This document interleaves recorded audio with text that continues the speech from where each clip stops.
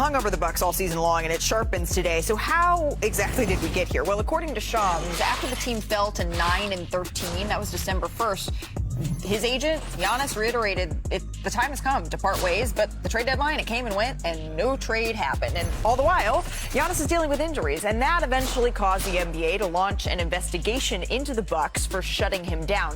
By the way, in the background, Giannis is still eligible for a 4-year, $275 million contract extension on October 1st, or he could be traded. So Shams has an excellent piece. It's up right now on ESPN.com, and it really details in excruciating fashion in a lot of ways what the Bucks organization, Doc Rivers, Giannis, has been going through this entire year. So can you just walk us through some of the stories that I think tell a much bigger picture than we've seen before about this contentious standoff? So, Malika, one source with the team told me this week and really summed it up. When your best player is 1 foot in, 1 foot out, you're just not going to win. That tension bleeds over to the environment of the team, the culture of the team, and most importantly, the levers and misalignment across the organization. You think about your ownership group, your management, your coaches, and your players. It bleeds into all of that. And one specific example where we saw that from the coach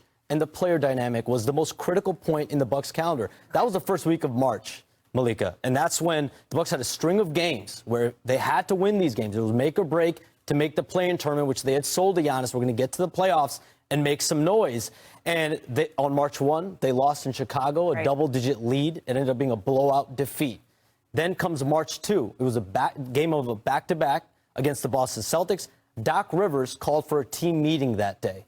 And the day of the game, this team meeting, my understanding is in that meeting, Doc Rivers implored his team, according to 6 people in the room, to look at my resume and, quote, Google me.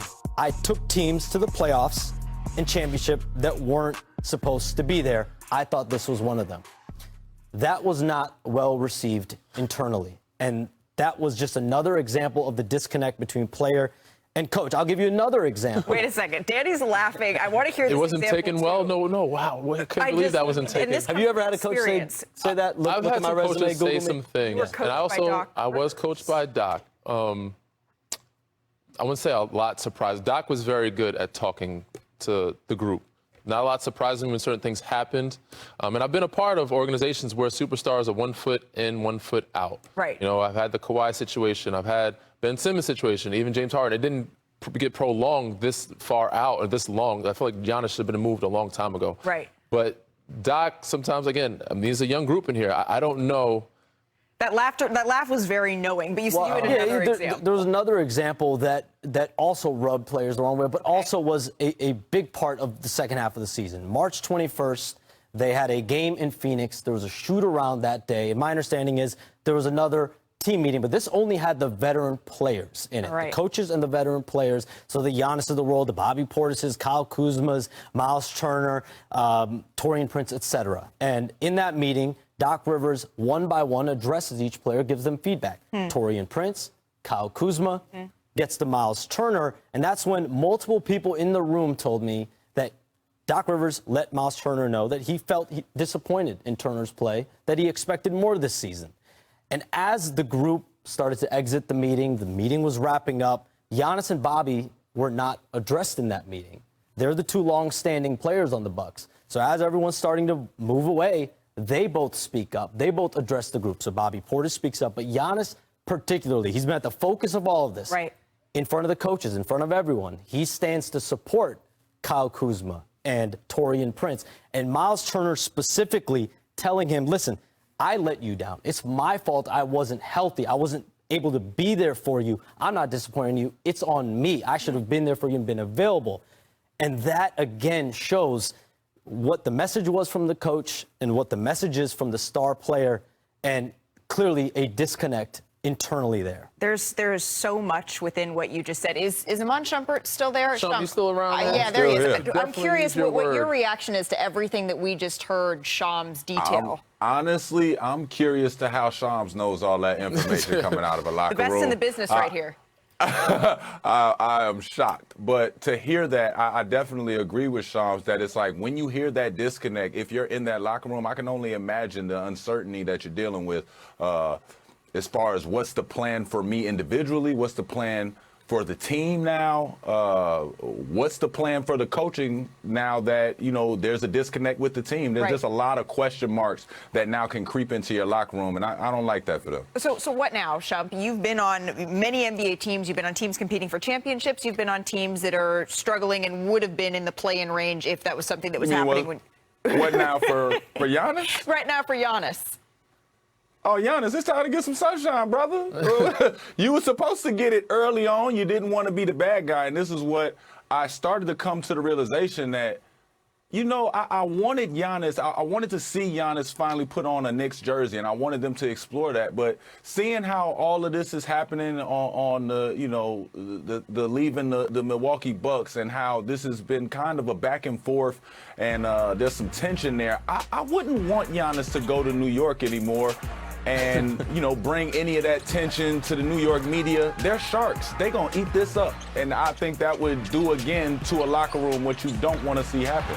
So now, to get some fresh air, you want to get the media off your back, you want to get everybody off your back, go ahead and go play in Golden State with Steph. That's what I want to see now. I don't think the media is going to be any light there. I mean, wherever he goes, he's going to bring the media with him. It don't got to be light. Yeah, it don't got to be light. It's just Steph could save him. For sure, maybe so. We don't know who can, but he definitely needs a new home. I do appreciate him stepping up for his guys.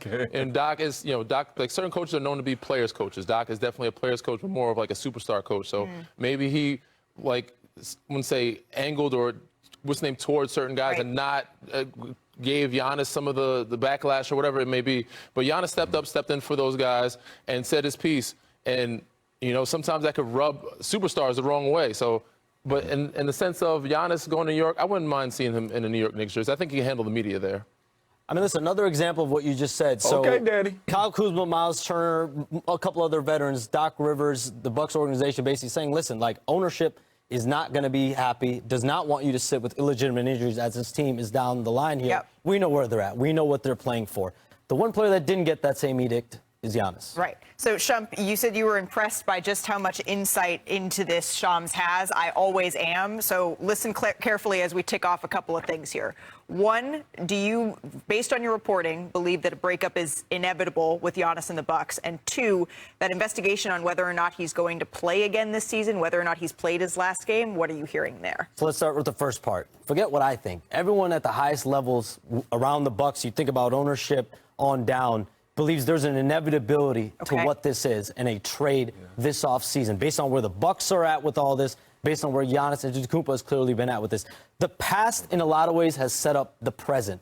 And in 2020 and in 2023, when Giannis signed his contract extensions, sources on both sides told me there was a gentleman's agreement, a promise of sorts, that if the time ever came that Giannis was ready for a trade, ownership and management would work collaboratively to assist that.